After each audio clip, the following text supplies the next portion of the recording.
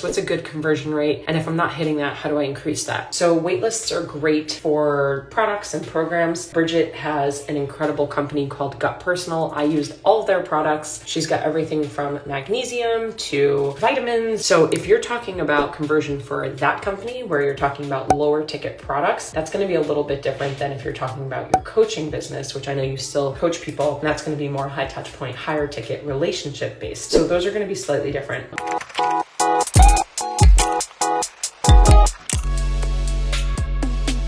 With a waitlist, the idea of a waitlist is great, but if you're not using it along the way, they're not pointless, but like they're not going to work. So the idea of a waitlist is to get someone to make a micro commitment and raise their hand or raise their virtual hand and tell you that they're interested in something that you have coming up, whether it's a product, a coaching program, or anything in between. So the great thing about a waitlist is that the first thing that you're doing is you're getting them to psychologically commit and say that they need the thing or they're interested in the thing. And so that micro commitment psychologically is ultimately their first step towards transformation. Then where most people fall off is they get people on their wait list and then it's kind of crickets. And then when you go to open the doors, you email them and you're like, it's here. And at that point, they either don't want it or they're just not even opening those emails anymore. So realize that when somebody joins your wait list, they're saying right then and there, I need help in this area right now. So the most important thing that you do with a wait list, it's not even that you need to nurture them the entire time until it's time to sell them or offer their invitation. It's you need to get connected to them immediately. You want to immediately reach out to them. You want to congratulate them, edify them. I don't mean like a personal DM. I mean on the wait list. So once they join your wait list, they should be put into a whole sequence of emails. And in those emails, you're saying like, that's amazing. You did it. High five. I'm committed to helping you because you just said you're committed to helping yourself. And then you want to give them different things that are going to help them get closer to their transformation, closer to saying yes to your product or your program in the future. So what can you give them immediately? Here's a free training. Here's another resource. Here's a playlist. Here's a coupon for this product. So rather than just sitting around and waiting for you to be selling the thing that you ultimately want to sell, it's how do you get them more wins and more transformations in the long run? Now, if done well, you're going to keep that person interested much longer. And you can even call it out. Hey, Bridget, you just joined this waitlist because you're interested in this particular product, which does this particular thing. It's most likely not going to be available until this particular date. In the meantime, have you tried this? Here's a gift for you there. Here's something else to get you closer to your journey. That's going to continue to help grow that know, like, and trust, build that rapport, and ultimately get the person closer to their transformation. If you can get them a win within the first 24 hours, they're going to trust you, they're going to be excited about the journey, and they're most likely going to come back and continue opening those emails. Now, we have our signature program, Empower. The doors shut back in April. We're not opening it again until the spring of 2024. So someone who joined the waitlist in April, when the doors shut, you're literally waiting basically a year until we open the doors again. So how can I keep that excitement and that engagement up? How often do I need to reach out? What types of things am I giving them? So I need to make sure that I am in their ear and I'm in their inbox, probably like once a week, maybe once every other week, definitely at least once a month. I want to stay top of mind and I want to invite them to other things. So maybe I reach out to my wait list and I let them know about it in a different way. We've got someone coming down the pipeline. I wanted to personally reach out. I wanted to invite you. I wanted to offer a bonus with it. I wanted to offer a discount. So it's keeping them in top of mind and it's making sure that you're reaching out. When it comes to the conversion, so industry standard for conversion on the wait list would be about 10%. So 10% is not a lot. 10 to 20% would be on the high end. And I'm talking more for like higher ticket stuff. If you're talking about a lower ticket product, chances are that conversion is going to go higher. So it would probably be more in the 20, maybe even 30% range. But also you have to consider what's the length of time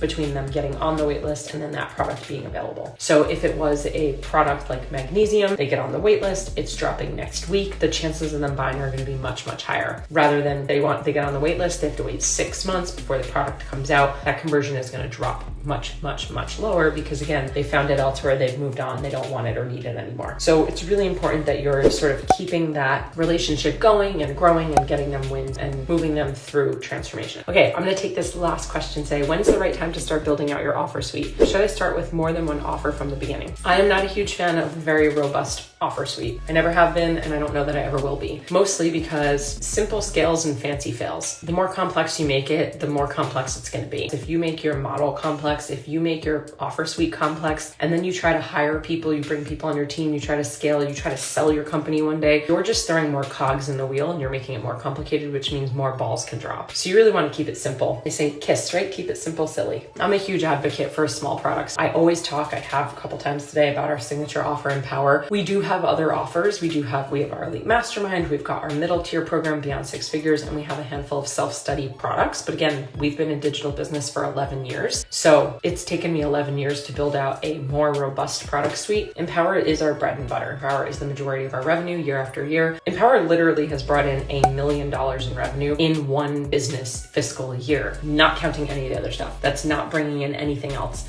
So based on our goals, there's like a what else would I want to do or not do? I don't have to do anything else. And I don't say that to be like, oh, look at me. That's the model I want to create. I want to keep it simple and I want to keep doing it on repeat. If it's not broke, don't fix it. So what works, do more of that. Do one thing and do it better. There's a reason why we've run 18 live rounds of Empower. There's a reason why every single round gets better. There's a reason why the pitch and the sale and all of that gets easier and our conversion goes up. Now that we run ads, our cost of lead goes down. There's a reason why our earnings per lead goes up every single round. These are all really great metrics. That's what you want. There's a reason that our client results keep getting better and better and better, and that testimonials come flooding in, and that word of mouth is happening naturally. It's because we keep doing the same thing and we just keep doing it over and over and over. So when you're starting out, I say start with one thing and figure it out. I'm gonna pop off. We've got a busy, fun day. Have a wonderful day. And like I always say, cheers to your evolution.